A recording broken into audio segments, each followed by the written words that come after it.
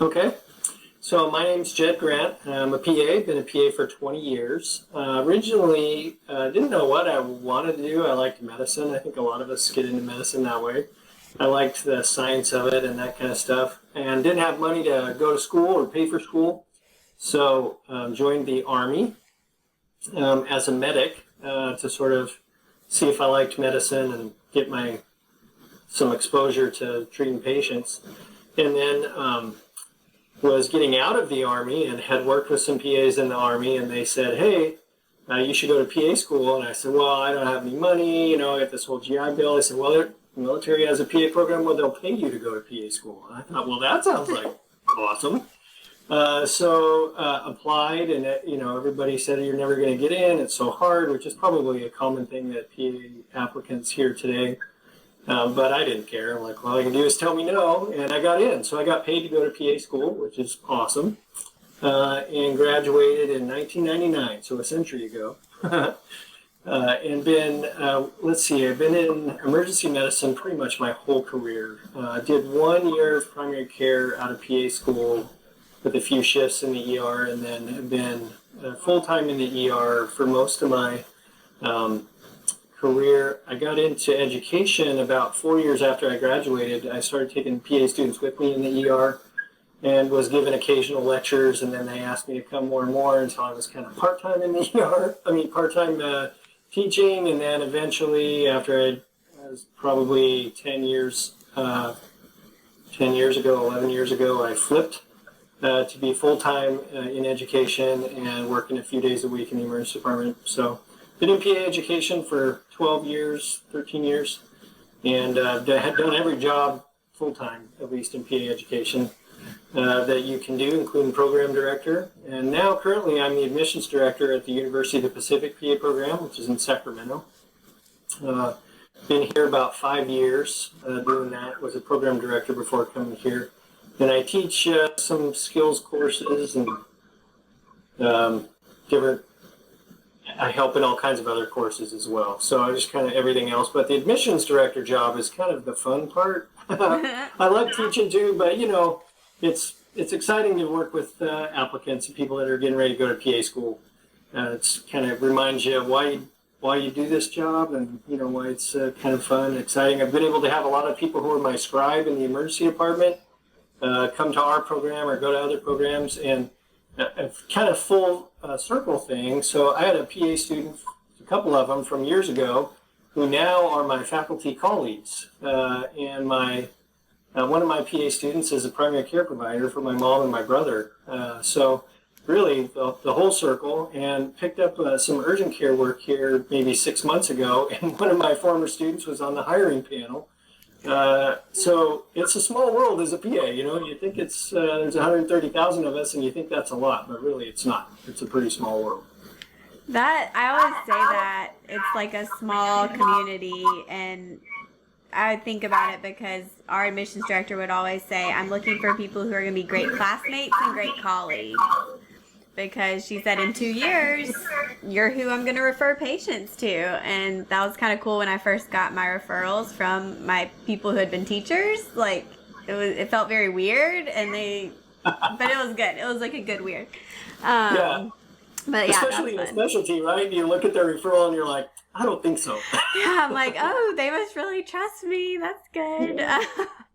But yeah, I did appreciate that's that. Kind of, we tell our applicants that on our interview day that, the purpose is really to find people who we're going to trust with the care of our families or ourselves when they become our colleagues. And that's, in my case, it's literal. I mean, that's absolutely what we do. So you've seen that too. Yes, definitely. So can you tell us a little bit about the University of the Pacific's program? Of course. So we're a fairly new program. We're just finishing up provisional accreditation. We have our final site visit. So your listeners probably know that all new PA programs in the first 5 years of their operation have provisional accreditation. They should not confuse that with probationary accreditation, which is different. So provisional accreditation means that the accrediting body, the ARCPA, is going to come visit the program. They come once before the first class starts, once when the first class is about halfway done, and then once after the first class graduates. And then after those 3 site visits, the program is given continued accreditation.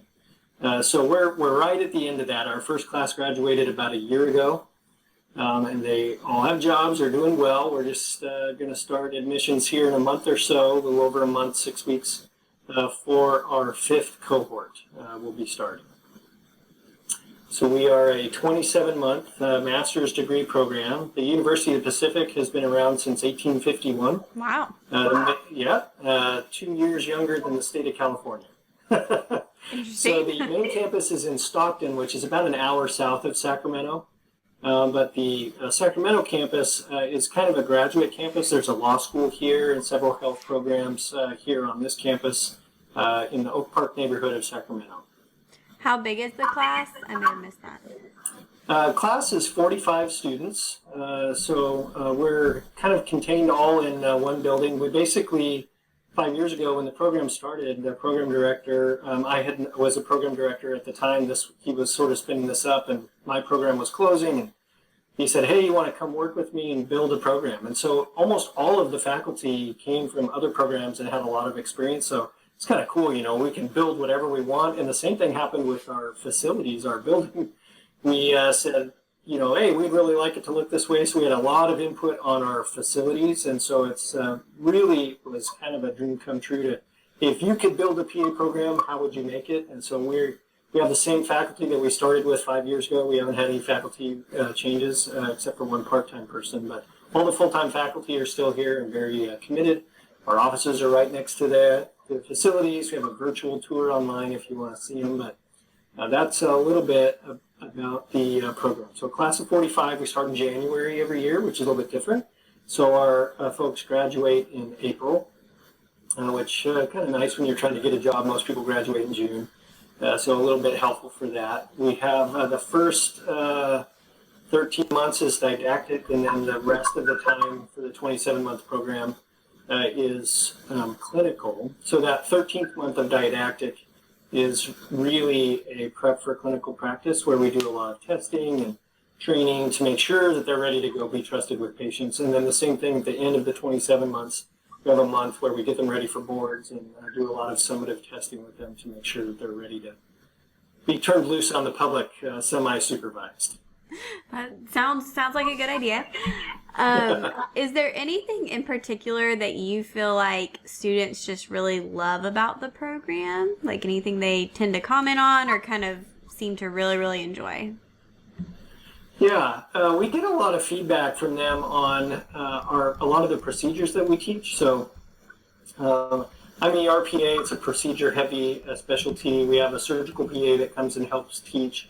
So we've fully integrated point-of-care ultrasound into our curriculum. So in the second week, the students start using ultrasound. By the time they graduate, they're proficient at point-of-care ultrasound in multiple systems. We have a ton of trainers. The university was pretty generous at the setup. They said, build me a list of trainers and you want to basically buy. And so I made a dream list and bought all of that stuff. So we have arthrocentesis, pretty good suturing trainers. We have LP trainers. We have central line trainers. We have a couple of high-fidelity mannequins that we use mostly at the end of the program for sort of pulling it all together.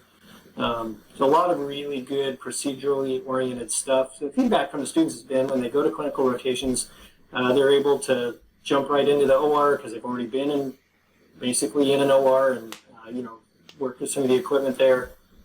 Or when a procedure comes, they're already pretty familiar with the procedure because they've done it on a trainer. So a watch one, do one thing is a little more likely to happen because they're much more familiar with the procedure. So we're pretty proud of the clinical skills that the students develop in the program. We're proud of the curriculum. The feedback from our preceptors has been that they're very well prepared. It's common to hear things like, can't believe this is their first rotation. Things like that. So we're proud of that, and the students should be proud of that too. They work really hard to get there. No, that's awesome. I've actually interacted with a few students from there, and they all say good things. So that's always a good sign. Yes. So your thing is admissions, and this is a lot of pre-PA audience, and they will probably send you a lot of questions afterwards. But what, as far as y'all's admissions process, can you break down a little bit about kind of what that looks like for you, especially being a January program? Because I get a lot of questions about the timing and what that looks like for a program that starts in January. Sure. So we open, as soon as the CASPA cycle opens in April, we open. And then we do our screening. I have one staff member that works with me, but it's her and I that screen all the applications. So for our 45 seats, we usually get around 4,000 applicants. So it's a lot of application screening through CASPA. And then we have some internal measures that we use to sort of figure out who the most competitive applicants are. And we try to, every day during the admission season, I'm screening applications and she is screening applications. So we try to get back to people right away. We send an email when we get the application. We send an email after we do the initial screening. And if they do good on the initial screening, we send an email that says that. And then we invite people for interviews. And we start interviewing a couple of weeks, maybe 3 weeks after the cycle opens in CASPA, and we do an interview a week. So we interview about 200 people for our 45 seats. And we let people know right away for that. We do not have a rolling admissions process. So we don't make any admission decisions until, well, I should clarify. So we make initial admissions decisions after the interview, whether, if the interview went well, we sort of hold them. If it didn't go well, we let people know right away, like, hey, probably isn't going to work out. And then at the very end, which for us is end of August, early September, we've interviewed everybody that we're going to interview. We sort of go over everything again, and then the admissions committee gets together, which is basically all of the faculty and staff. It's a big committee. And we vote. And most of the time, it's unanimous. It's unusual for us not to have a unanimous vote on who we're selecting.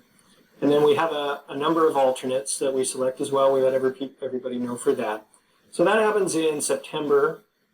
And then there's a couple of events before the class starts in January. We have basically an alumni event where all the alumni come together and the current students. It's called Admitted Students Day, and they spend 3/4 of a day together kind of hanging out, like, how did this go for you? And get advice from people who've just graduated and things like that, and current students in terms of what's working and what isn't.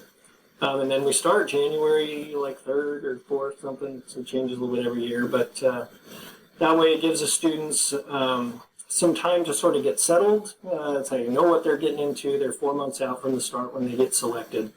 Inevitably, we have last-minute drops, so people that have very competitive applicants, and we've seen this more and more as our applicants have been more and more competitive. They've got 10 interviews and 3 offers, and so it's a little bit frustrating for us when they don't make a decision early. They'll wait until we're about to start, and then we have to call an alternate 4 days before. In this current class, it wasn't quite that bad, but in the prior class, we called someone on our alternate list a week before we started who lived in Florida.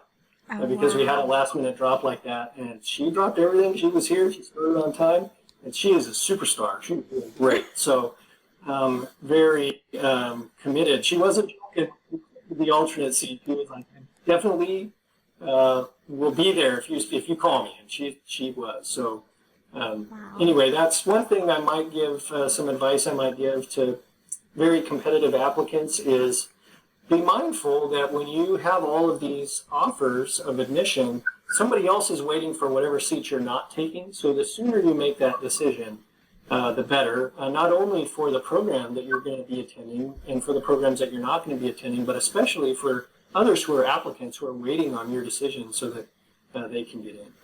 No, that's great advice. So I hope that answered your question. I feel like yeah, and I'm probably gonna ask you more questions. Okay, so that is very helpful, and so I'm assuming the people who apply to your program, since there's such a quick turnaround, they have a very complete application. You're looking for someone who has everything completed, nothing in progress really. They're kind of good to go. Yeah, I'm glad you brought that up. So that's a question we get a lot is, I graduate in June, I'm almost done, can I apply now? The answer is no, please don't. So we did try 1 year. We took in-progress work, and like this gray hair wasn't there before that. So it almost killed me.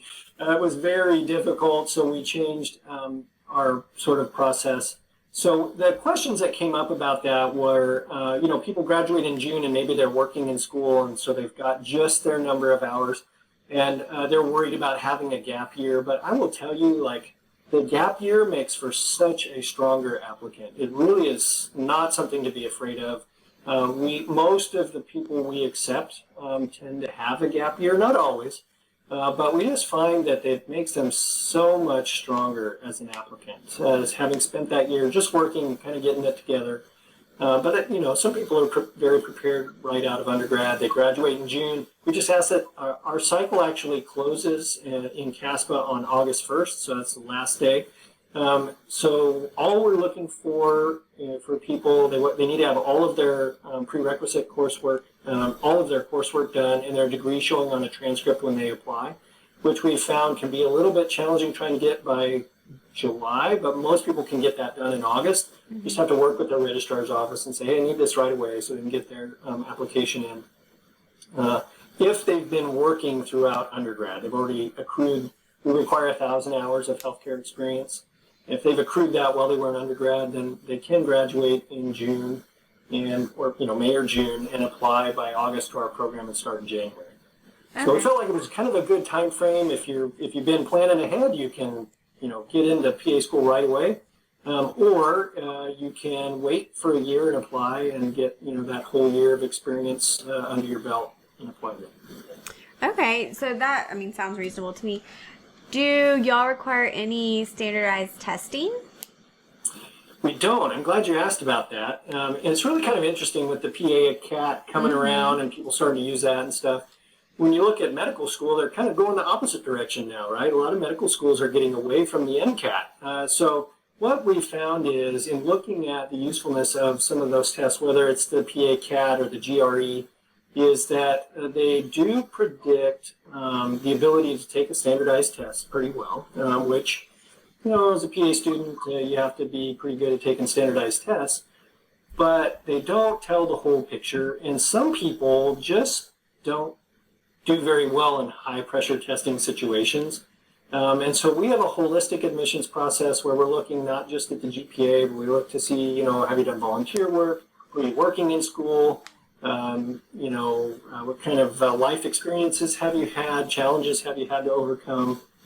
And so when looking at all of those pieces together, we felt like the standardized testing might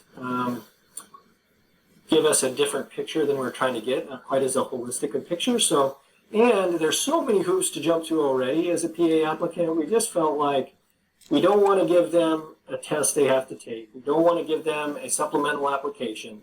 Just take your time, get your CASPA done right, and we're just going to use that. We do reevaluate our admissions policies every year, depending on sort of how the cycle goes. But right now, we currently do not require the GRE or the PA CAT, and I'm hopeful that we'll keep it that way.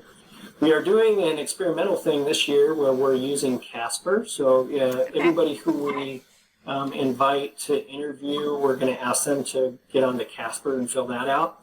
And what we're doing is comparing Casper to the part of our interview process that looks at the same things as Casper to see if we get the same results. And if we do, what that means is we'll use Casper instead of that second part of our interview process, which will mean we can interview a few more people per day.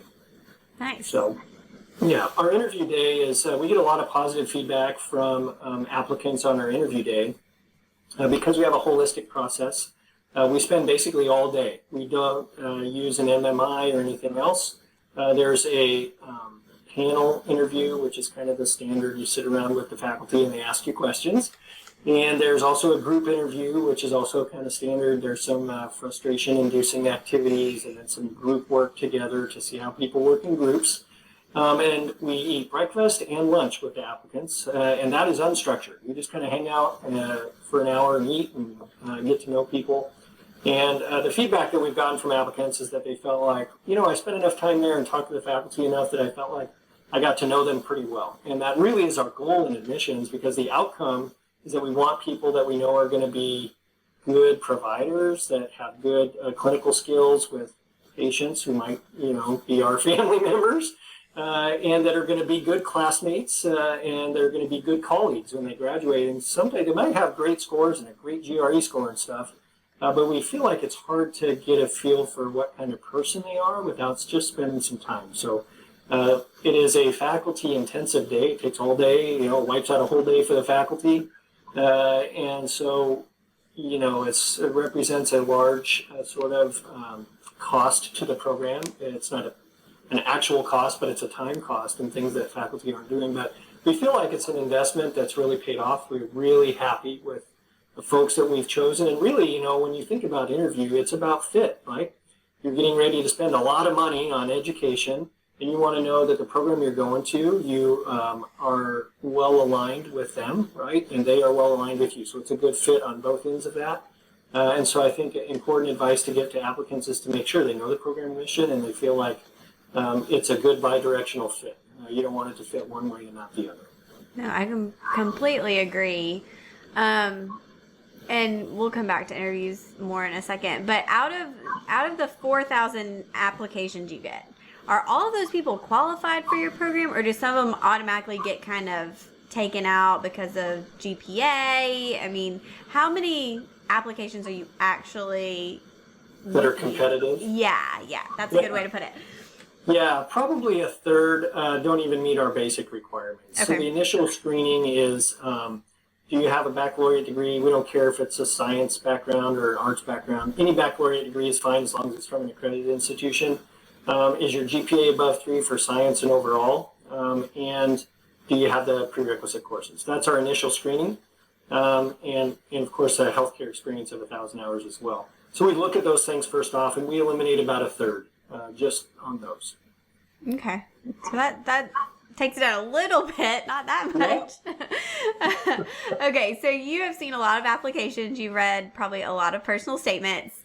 What stands out to you? Because I've seen a lot of applications too, and after a while, they kind of look very similar. So what makes you kind of stop and go, oh, okay, this person, I want to meet them? Yeah.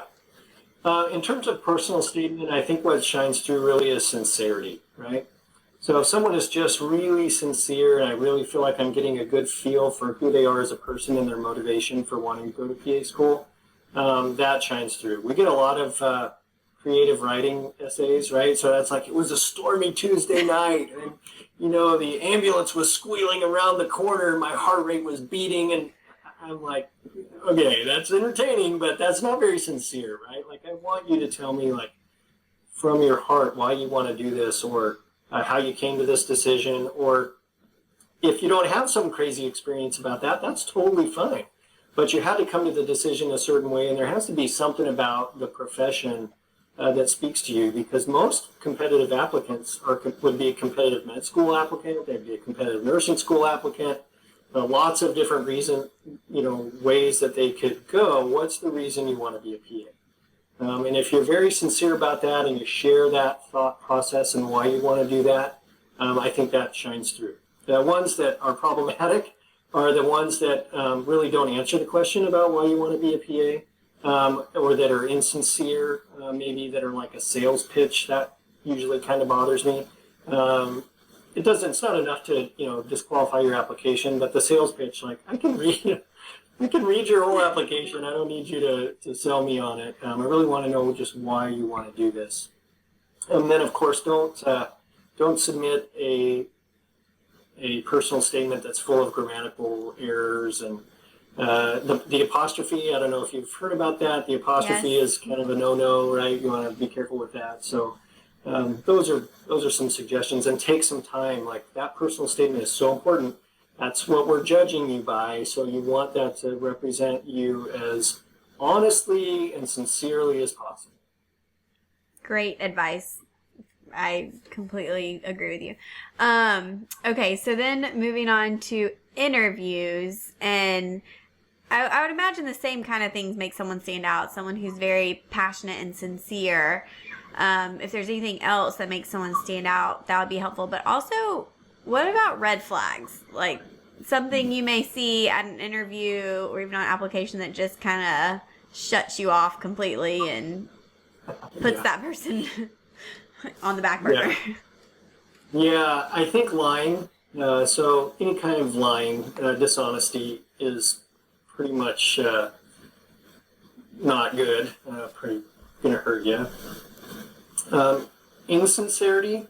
So sort of being fake. That's one of the reasons we do a whole day interview, because you can fake it for an hour. It's really hard to fake it for a whole day, right? So, and we involve our whole staff and everything. So we want to see how you interact with the faculty, but also the staff and other volunteers that are here with the alumni. Like, how are you in any kind of given setting? So if you're not being yourself, it shows at the interview. So trying to be someone you're not, I think, is a big mistake that we see people make occasionally. Certainly being rude to anybody is a bad thing. And that includes other applicants. I mean, you're competing with people for a seat, but these are people who are going to be your colleagues someday, right? So we have lots of people who met on their interview day here. Now they're classmates, and they're really glad they were nice to each other. And generally that, we're looking, our philosophy is to have a student-centered, compassionate healthcare provider, that kind of stuff. And so we're looking for people that kind of are that way. And so if you're not demonstrating those qualities in the interview for us, that's bad. And then on the application as well, if there's things that just don't add up, like how do you have 25,000 hours of healthcare experience and you're 21 years old and you just got out of undergrad? Like, come on. Or double counting things like, I was an MA, so I counted all of my hours as an MA in healthcare experience and in, well, I didn't get paid for as much as I worked, so I count the whole thing in volunteer work too, and that pretty much is like, not going to work well for us here. Okay, those are all such great tips. Any last imparting words of wisdom? Oh, one last question that I almost forgot because I didn't write it down, but coronavirus, it's a hot topic. It's on everyone's minds. It has people kind of worried about their PA school applications with all these undergrad programs going to online, having their semesters shut down. Do you see that affecting this upcoming PA school application cycle at all, or we don't know? I mean, what are your thoughts on that so far? Well, I think if you look at the kind of velocity of the illness and what's happened in Italy, we're about 2 weeks behind them, right? So if you look at where Italy was 2 weeks ago, that's kind of us today and where they've gone. So I think that we are likely to see more impact from coronavirus and COVID-19 in the next 2 to 3 weeks. We just closed our campus today, just before we got on here. And transitioned everything to online. We are working with our clinical sites, but likely there's going to be some impact there as well. So I think, the cycle starts the 29th of April. So for schools that are later in the CASPA cycle, maybe they start looking at applications and interviewing in the fall, probably not going to impact them at all. For schools like us that we start right away as soon as the cycle opens, I'm hopeful that it doesn't impact anything. But if it does, I think, a lot of the work we'll be doing from home and CASPA screening, we do that at home. Unfortunately, during the application cycle all the time, always doing those screenings at home.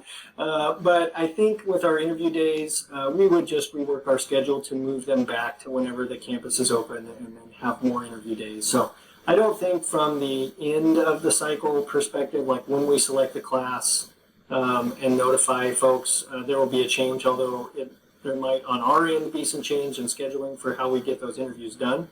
I anticipate that the dates will not change for us. Everything will sort of stay the same. And from the applicant perspective, there probably won't be a difference at our program, but I think other programs, it may impact them, especially if they interview very early in the CASPA cycle. Yeah, well, kind of wait and see.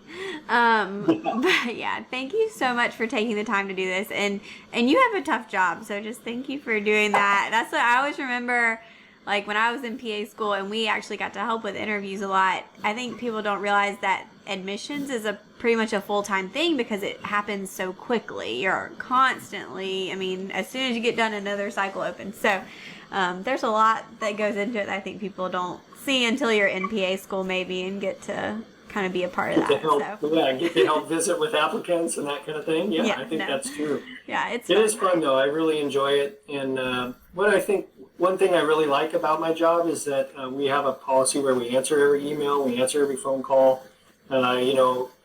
When I applied through the military, I sent my stuff off. There was nobody to ask. It was like, well, you send it off to this black hole and maybe you get something back, But for us, we try to have lots of feedback with applicants and make sure that they figure things out. One other red flag is when people ask a lot of questions that are on the website.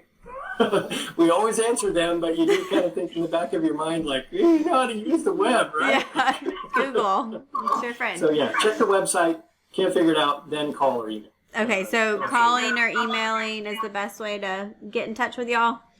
Probably email is the best, but if the email doesn't work, then yeah, call. We return every phone call and every email. Of course, phone calls for the next month for us are going to be difficult. Our campus just closed until April 17th, so email is probably to be the only way to go until then, although we will be checking our voicemail every few days. There's a way for us to log on the internet and get our voicemail.